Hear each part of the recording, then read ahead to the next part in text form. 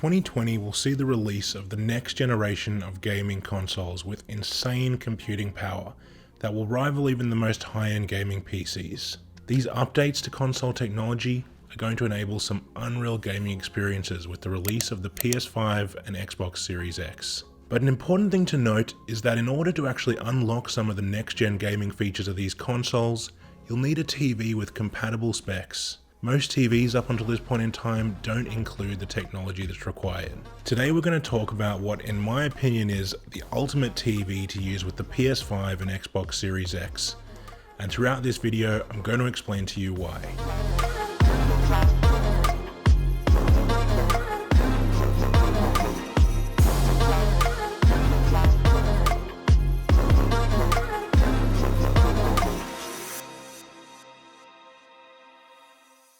The PS5 and Xbox Series X are made to deliver the sharpest and smoothest gaming experience with 4K resolution. And this of course is something that's been available in TVs for some time. However, up until now, 4K input to a TV was predominantly capped at 60 frames per second, and the previous generation's Pro consoles, the PS4 Pro and Xbox One X, were capable of delivering 4K, but only at 30 frames per second. The next-gen consoles improve on this in two key areas: frame rate and resolution. Both consoles are capable of running games in 120 frames per second, also known as 120 Hz, in 4K, which is 4 times as much as the 4K 30 Hz, which was available in the previous gen consoles. What this means is that games will be displayed with tack-sharp clarity and run smoother and more judder-free than ever before. This is something which is definitely going to be noticeable, and if you have a newer smartphone with a 120 Hz display, you'll be able to attest to the difference that this makes compared to 30 or 60 Hz. The other huge advancement enabled by the next-gen consoles is the ability to game in 8K resolution, which is insane. And we're only just beginning to see consumer-friendly 8K displays roll out throughout the second half of this year. The limitation, however, is that 8K can only be displayed at 60 frames per second. We'll talk a little more about this later. At the core of these graphical capabilities of the next-gen consoles is the technology which enables them the ability to send so much information to your TV. And that is HDMI 2.1. HDMI 2.1 is the latest iteration of HDMI connectivity, which is a huge step forward from the previous HDMI 2.0B, which is used on most TVs today. Compared with HDMI 2.0B, which has a bandwidth of 18 GB per second, HDMI 2.1 almost triples this with 48 GB per second bandwidth. And it's this additional bandwidth which enables these high frame rates and resolutions which were not possible before. HDMI 2.1 also introduces 2 additional new features in addition to the higher frame rates and resolution. These features are auto low latency mode and variable refresh rate. Auto low latency mode essentially detects when a gaming console is connected and automatically switches to low latency gaming mode within the TV, removing much of the image processing performed by the cinema-oriented modes, which reduces the input lag between the console and the screen. Variable refresh rate, on the other hand, allows the TV to adjust the refresh rate on the fly to match the output of the connected console, similar to the rate syncing technology of AMD FreeSync and NVIDIA G-Sync. But regardless of the name used, this will further enable an even smoother gaming experience. If your current TV doesn't have HDMI 2.1 connectivity, that's okay, you'll still be able to upgrade to a PS5 or Xbox Series X. It just means that you won't be able to take full advantage of the 4K gaming capabilities that they offer.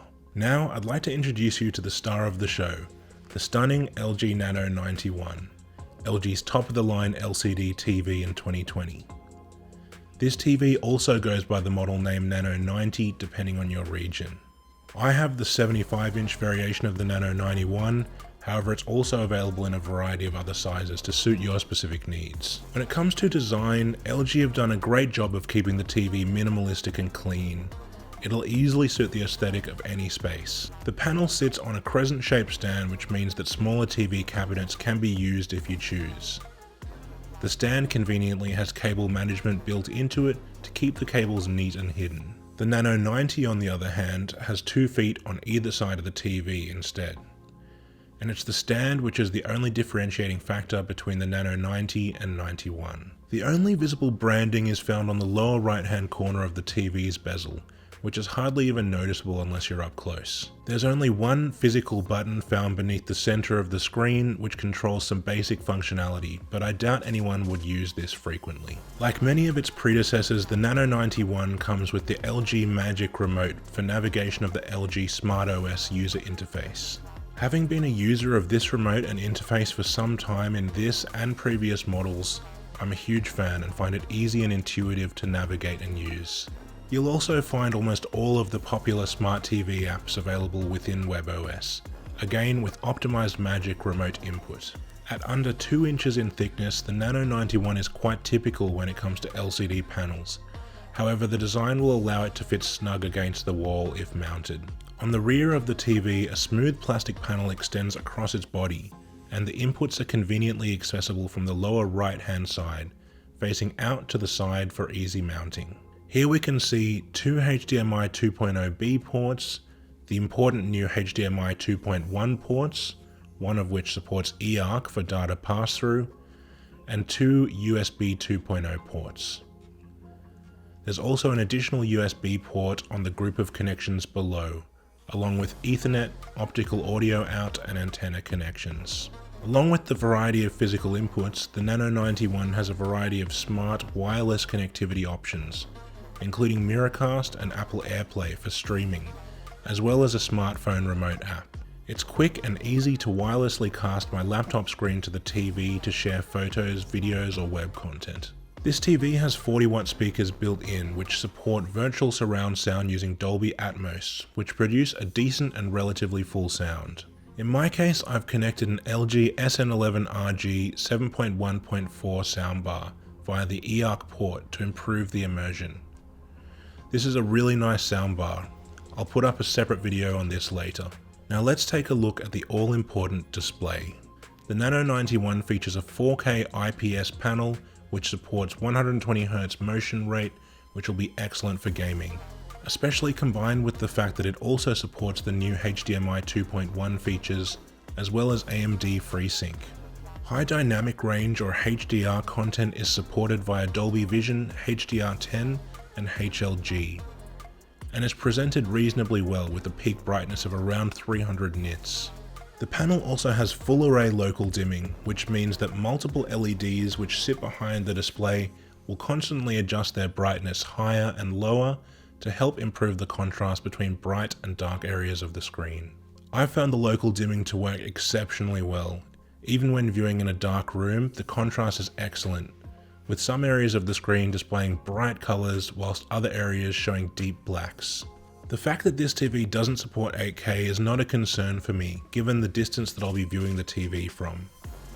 Regardless of this, HDMI 2.1 only supports 8K at 60Hz, so gaming at this resolution may not be ideal in many cases, as you won't be taking advantage of the 120Hz motion rate available at 4K resolution. Now I'll take this opportunity to discuss a point of contention among critics about the IPS panel used in LG LCDs, as they're often claimed to be inferior to other technologies. It's true that IPS panels can't attain the same level of contrast that can be achieved by VA or OLED panels.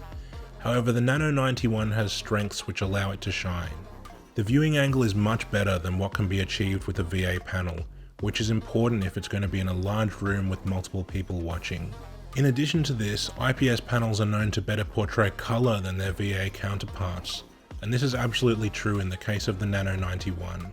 The integrated nanocell technology delivers awesome color accuracy with exceptionally vivid colors, and coverage of about 90% of the DCI P3 color space. Another important factor to consider for gaming is the response time and input lag, which again is another area where the Nano91 excels. Rtings.com has completed a thorough analysis of these metrics and reported top-tier results in both areas. The link to this video is in the description below if you'd like to take a closer look. So why would I choose the Nano91 over an LG OLED, when the latter is known to have better contrast? Well, in my opinion, it comes down to two words: burn-in. And although LG's new OLEDs have a variety of features to combat this, the risk exists nonetheless. particularly if being used for gaming with the potential for static HUD elements on the screen for extended periods of time. I can't justify the risk, especially considering that TVs are a considerable investment. Not to mention OLEDs are significantly more expensive. Alright, so to summarize, if you're looking for a new TV which is next-gen console ready, has exceptional response times, input lag, viewing angles, and color accuracy without any risk of screen burn-in, then you should definitely consider the Nano91 or Nano90. On the other hand, if you want to sacrifice one or more of these benefits in order to get improved contrast and brightness, then perhaps you should consider an alternative option.